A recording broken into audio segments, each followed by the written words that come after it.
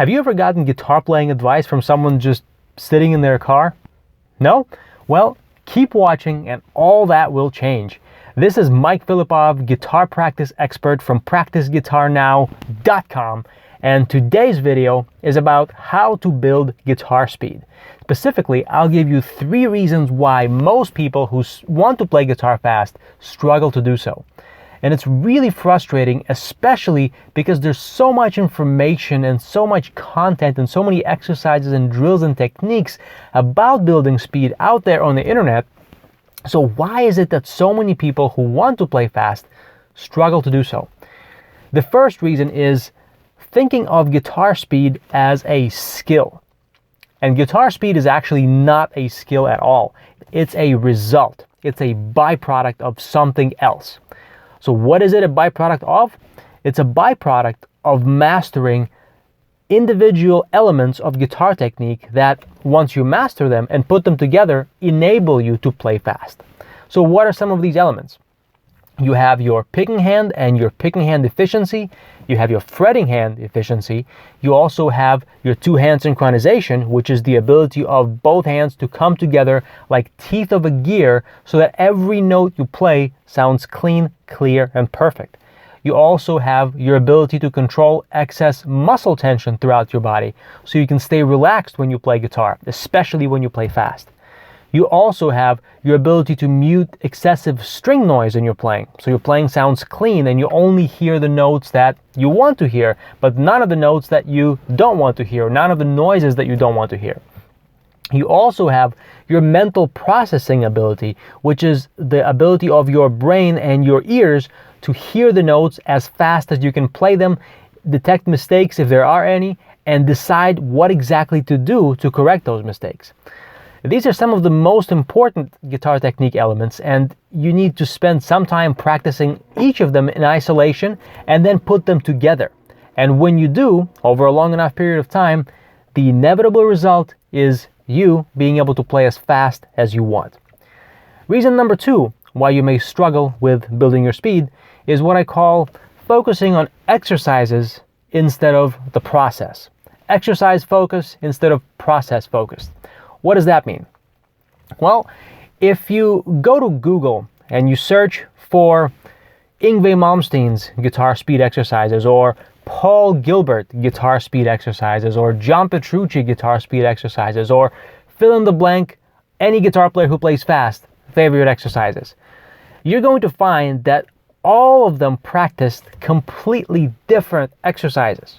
There may have been some similarities, but by and large, all the exercises are completely different. So what does that tell you? It should tell you that the exercises you practice are irrelevant. It's how you practice them. It's the process that you go through that determines whether you'll become a fast guitar player and develop as much speed as you want, or if you'll struggle like most guitar players struggle.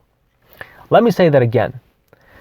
The exercises you practice mean very little. How you practice them means everything. So what do I mean by process focus? What exactly are you supposed to focus on? What exactly is the process?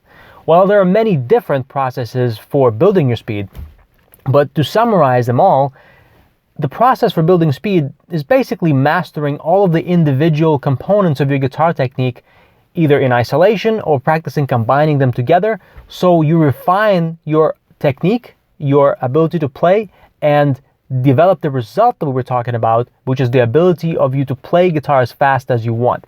That is the process to focus on.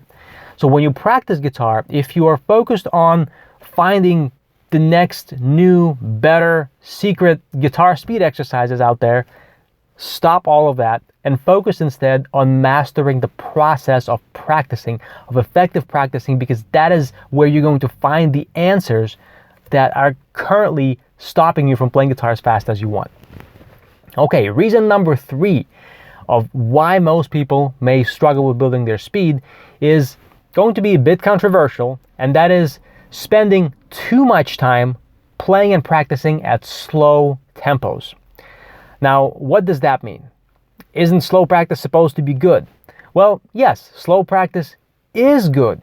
And that's exactly why many people overdo it. Just like drinking too much water can kill you, even though water is supposed to be good for you, and it is good for you. Slow practice works kind of the same way. Now, what do I mean by that? Why and when can slow practice be detrimental to your progress?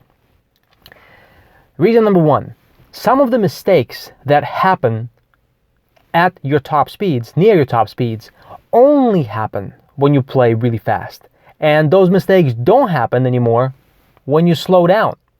So if you practice very slowly, what usually happens, or what often happens, is you practice too slow and your playing is perfect at those slow speeds.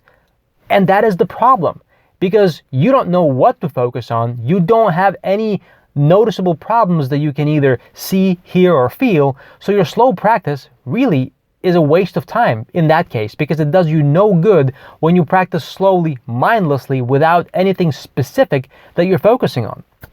That's the first reason, the first possibility of how slow practice can work against you. Another possibility is that it's easy to develop bad habits at slow tempos when you practice without realizing it. And you can get away with a lot of inefficiencies, a lot of imperfections at slow tempos. But what happens is, when you begin to increase your speed, your inefficiencies stay in your technique because they have become ingrained into your muscle memory. And those bad habits, those inefficiencies and imperfections, are what create your speed plateaus. They create that glass ceiling that you hit, and once you hit it, you can't get beyond it until and unless you realize exactly what are the bad habits you've developed in your technique, and you go back and undo those bad habits. So what is the solution? How can you work around this? Should you avoid slow practice altogether? Well, no, not at all. Slow practice is extremely, extremely valuable, and you should be doing a lot of slow practice. But the key here is you need to have specific goals of what you're going to focus on when you practice slowly, and don't assume that practicing as slow as humanly possible is always the right thing to do or the best thing to do. Sometimes the best thing to do is to practice near your top speeds, find out exactly what's going on so you have the preview of the road ahead, so to speak, of what mistakes, what problems, or what challenges you're going to need to deal with at those faster tempos, and then slow down just enough so you're practicing at a tempo that's slow enough to be within your control, within your comfort zone, but fast enough to where you can still notice mistakes and imperfections happening. That is the tempo where you can practice, fix the mistakes, and then close the gap from those intermediate tempos to near your maximum speeds. So these are the three biggest reasons why most guitar players struggle with building speed. And if you want to learn more about how to make more progress with less practice, and how is it that naturally talented guitar players get so good so fast, come to my website, practiceguitarnow.com, where I will show you in detail exactly what it takes to make a lot more progress in a lot less time, and how to make guitar practice the most enjoyable part of your day and impress everybody else, most importantly, yourself, with your guitar playing. Also, if you like this video, make sure to subscribe to this channel and like this video if you enjoyed the content. And if you like these videos in my car, leave me a comment that you like these videos in my car, and I'll make more videos in this format. Until next time, have fun practicing, and I'll see you soon.